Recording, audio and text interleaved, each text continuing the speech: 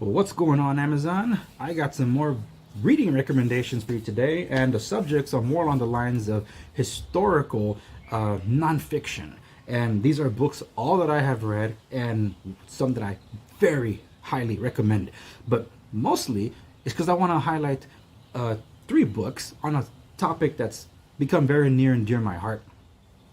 It's been just over 10 years now since the Benghazi terrorist attacks on September 11, 2012.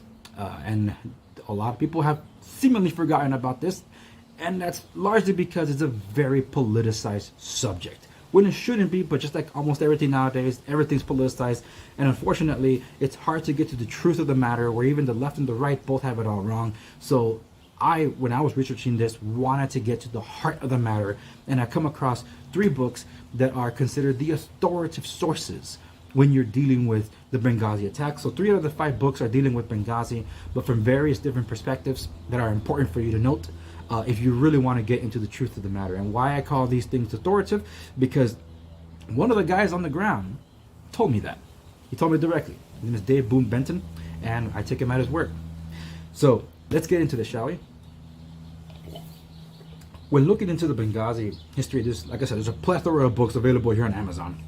And some of these are available in all formats, such as Kindle, paperback, hardcover, maybe even Audible. You can take a look at the description and find out which for yourself. But the first book that I will recommend to read is Under Fire: The Untold Story of the Attack in Benghazi by Fred Burton and Samuel N. Katz. Now, this one is from the State Department's perspective, so the Diplomatic Security Service. This is from their first-hand accounts. This book does contain some photographs on the matter. Let me just get to it here. So they do contain some photographs. This next book that I'm going to show you contains even more photographs than that. But this one, it was written, so the events happened on September 11, 2012 into the morning of September 12, 2012. 13 hours is what it is called because of first contact to wheels up when they finally left from the Benghazi airport. Now, this one was written a year after the events, so it does have some redacted material. This also does rely on some congressional testimony that has since been debunked. But on top of that, because the ones that were being interviewed were technically serving, their names are entirely redacted and only referred to by letter. So this is as close to the, I guess, telling of the event as it can get. But for this, from the State Department's perspective. Now, part of the book is historical, as in diplomatic security history and how they came to be, basically, and historically events that have happened where embassies have been attacked for the United States. So it shows the birth of all of that and just gives you an idea of how these men would perform under fire if and when the time came. And unfortunately, it did come, and grossly undermanned, and they were at a special missions compound, or more like a villa. It wasn't even an embassy. So it's crazy. A lot of things happened, and this gives you timestamps and things to give you an idea of how terrible the attack truly was. And even though it was such a short attack, technically the initial one, it felt like an eternity. And this one really throws you into the thick of it, hence Under Fire. But there is information that was not disclosed at the time, others that were depending on congressional testimony that has since been debunked, and also some questionable, I guess, memory lapses, I would say, because not to say that I don't question anything that the State Department guys went through when they said it. I only take issue with certain things that were said when the GRS were present, because a few years later the GRS will set the record straight with that. But at the time, this was in 2013 and that it was published, and this was the initial one, at least the initial one that I recommend that you start off with. The next one, GRS guys, 13 Hours. You might have heard about the film by Michael Bay. It's based off this book by Mitchell Zuckoff, and it's with the help of the Annex Security Team. The Annex Security Team, not the embassy. There's a lot of misinformation out there. I even seen it recently on social media, people attacking some of these heroes, saying that you fell in your job to protect the ambassador. That wasn't their job. They were at a secret CIA substation called the Annex. They were 1 mile away from the Special Missions compound, acting as the embassy of United States Ambassador Christopher Stevens. And that was the Diplomatic Service Security Team responsibility, or better known as the DS guys, to basically defend the ambassador that unfortunately we lost in the attack. This one sets the record straight from the GRS perspective, because again, this is such a high politicized, highly political subject that these guys, at least 3 of them at the time when this was published, or even before this was published, broke cover because they were working for the CIA. They technically, they were fired. Some of them were summarily fired because they disobeyed orders, and this is where things get controversial, because they said they disobeyed direct stand-down orders, 2 of them from what they refer to as the station chief, Bob, because they wanted to go help the ambassador while they were under fire. And they were told to stand down. They were held back for 20 minutes. And at the very end, because they just couldn't stop hearing the cries over the radio, begging for help, and they didn't want to hear him die, they left. We're out of here. We went. And their contracting services, private security contractors for the CIA, were supposed to be terminated. Now, this is why this sets the record straight. These are not meant to be political books. None of them. They're not trying to come out with that perspective.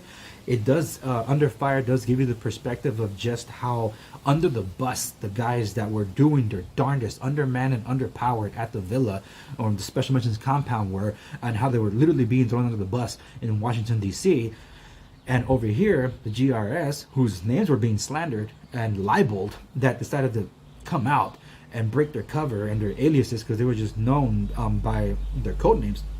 And they sat down with Fox News at the time to do an entire hour going over the entire attack. And that would be Oz, Tig, and Tonto. Those were the first 3 that broke cover. They're some of the few that contributed to the first-hand accounts of 13 hours. So this gives you the breakdown as to how everything went down, and also gives you photographs that are able to be published, hence they published it, to give you an idea of what things looked like before and after, and in some cases during the attack, just like Under Fire did.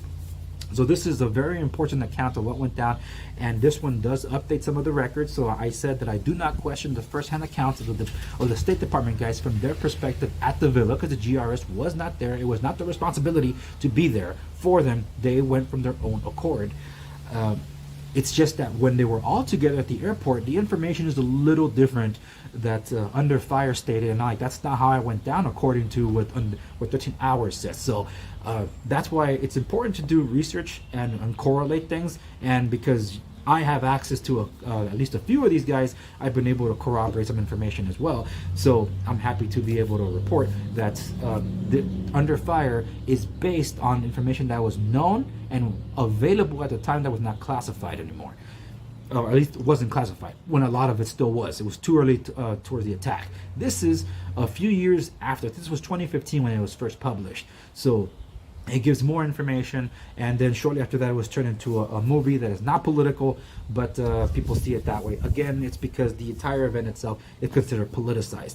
Now, it's due to that, the political distractions, for what we have no justice for what transpired that set of, I would say day, but it took place towards the waning hours of September 11th into the morning of September 12th, 2012. Last year, just about marking the 10th anniversary since the attacks, one of the GRS guys also recently came out, but he was, at the time 13 Hours was published, he was still serving, as I understand it, with the CIA, so he couldn't break cover, couldn't say anything to the sort. But recently he did come out, so he, along with an ex-CIA targeter who was there in Benghazi, published this book, Benghazi, Know Thy Enemy, and they self-published this book. This was very important, and it's the one that has the most photographs, because this isn't just another Benghazi book. This is a case file. It has the pictures and the last known locations of those that they were able to identify that attacked that fateful night. So this is an entirely different book. It's not trying to recreate or recover territory that was already given in these other 2 books, which is why I highlight those. One from the State Department's perspective, the other one from the Annex team that was a mile away before, during, and after. And in this one, that's covering what's happened since. But most importantly, and I think this really puts a lot of things to rest, is that this book does contain, and I think is my favorite chapter of them all, an entire timeline breakdown of the events as they transpired. So here's an example: timestamps and what transpired in Tripoli, that's where the other embassy was, and Benghazi, some of the I guess government installations that were around Africa and such, but most importantly, the State Department in Washington D.C. Who knew what and when? This lays it completely out. This was vetted by both the CIA and the State Department to make sure that what they were going to, because this was an open source investigation, that means this information you can find it yourself, and if you see anybody, report them to the State Department. It's like, hey, is he on your most wanted list, or the FBI? And here's the thing, FBI, that's why I had a question. What's the FBI doing investigating something that's overseas? Apparently, they do get involved when Americans are killed in overseas, and in this case, this was a I guess someone that was a state official.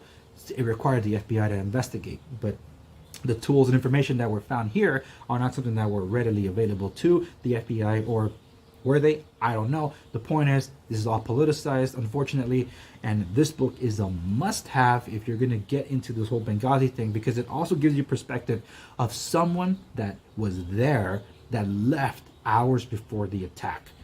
And to have your entire world kind of turned upside down in a matter of hours, waking up one day and to wake up the next day knowing that some of your friends are dead, the place that you served is done for, it's gone. That's Sarah's perspective. So this was very important for me to pick up. And yeah, so these are the ones that I recommend on the Benghazi attacks. The other two do have nothing to do with Benghazi. So to wrap it up, this is Olonatan. This is by Dan Schilling and Laurie Chapman Longfritz. This one tells the story of the Medal of Honor recipient John Chapman and the untold story of the world's deadliest special operations force. So when I first picked this up, I wondered, is this going to be like another lone survivor book? Is it going to be like American Sniper and the like? It is and it isn't. So it gives you an idea of who these air traffic controllers or combat controllers, the CCTs, if I have that right, and how they operate. Because even though they've been around for at least now almost 3 decades, as I understand their origin story correctly, but they weren't really put into true use until we got involved in Afghanistan. And this gives you a background as to they have to be picked from among the best of the best. So some of the SEAL teams, like, we hear about their rigorous training. Okay, now go to another training school to see if you qualify to be a combat controller. It's like, wow, really? So yeah, it was that intense. And John Chapman, this, while it's not mentioned in this book, it's very important for you to note, you can go to YouTube and see the first ever recorded Medal of Honor moment. Because while this book recreates the events that happened that day, and usually the Medal of Honors are given to the families, because the recipients aren't around to receive them. This is one of those moments that was actually recorded by the drones, and it recreates the events. I couldn't put the book down. I highly recommend this, because if you're interested in military history and military information and combat training and all that, this really puts you in there. Dan Schilling did not want to write this book, but he ended up doing the favor. He needed to tell this story, and it wasn't until recently that John Chapman was recognized and given the Medal of Honor. And unfortunately, this book at the very end explains the politics that went into play that held it back from giving him the Medal of Honor, and that is a crime shame, because he was one of the first casualties of the Afghan war, and that went on for 20 years. Highly recommended. Olonatan, pick it up. And I capped this off with something that I've had for some time on my shelf, and I found an excuse to finally share it. The Civil War in Illustrated History. So this is predominantly by Jeffrey C. Ward with Rick Burns and Ken Burns. This is my favorite period in history to study. There's a lot of reasons for it. It was the first modern warfare fought with antiquated military tactics. There was journalistic coverage of this, propaganda, of course, but we also had journalists that were on the ground, that were taking pictures, photojournalists, people that were documenting the events as they transpired and were able to deliver this to the masses to understand what was happening. And not just that, we had basically submarine warfare through the ironclads at this time. So, as I remember reading this book, because I've seen the entire documentary series. Let me take a sip of this. I've seen the entire documentary series. There's a lot of information here that I would feel is even-handed to tell you about some of the events that transpired that day. Although I have my concerns with Ken Burns with his recent outbursts that might call into question a lot of perspectives that he's done with the documentaries. But this is a much older work that he's done, and he wasn't the one that was responsible for writing it. So this is more of an illustrated history. So it does contain a lot of pictures and text, and I did read the whole thing. And I absolutely love it. I love the whole thing that it gives you maps and days and places. But if anyone is ever interested in seeing one of the darkest periods in the United States history that sometimes you might feel we're reliving today, I highly recommend looking into the Civil War. But if you're not one that's into reading so much, because there's so many different aspects of the Civil War you can study, specific battles that you can write an Encyclopedia Britannica on and things like that, this is a good place to start, because the overview is an abstract of a war that lasted 5 years and was fought in over 10,000 places. And it does highlight some of the grimmest battles that have ever been fought on American soil. And the biggest battle would be Gettysburg, that took place on July 1st, 1863, and ended on July 3rd, but the Confederates didn't withdraw into July 4th, Independence Day. But when you rewind a year previous to this, you get to Antietam, which was similar to a Gettysburg, but it was fought in over 1 day. A cornfield in the morning, I think an open field in the afternoon, then a bridge on the 3rd, if I remember correctly. That was like the third part of the battle of that day. Antietam was the bloodiest single day in American history. That you think D-Day was bad for American troops? Double the casualties on 1 day, Antietam. You know, it's a period in history that needs to be studied. There's just so much there, and it's, you know, we've come so far, and you know, those who do not learn from history are doomed to repeat it. The Civil War is definitely one of the most important pieces of American or periods of American history that I recommend that people really look into, and to this day are still learning a lot of new things from that day, from that era. So that's where I'll leave it. Thank you so much. These are available here on Amazon. The products should be appearing somewhere down below for you to click and buy them, and I hope you enjoy.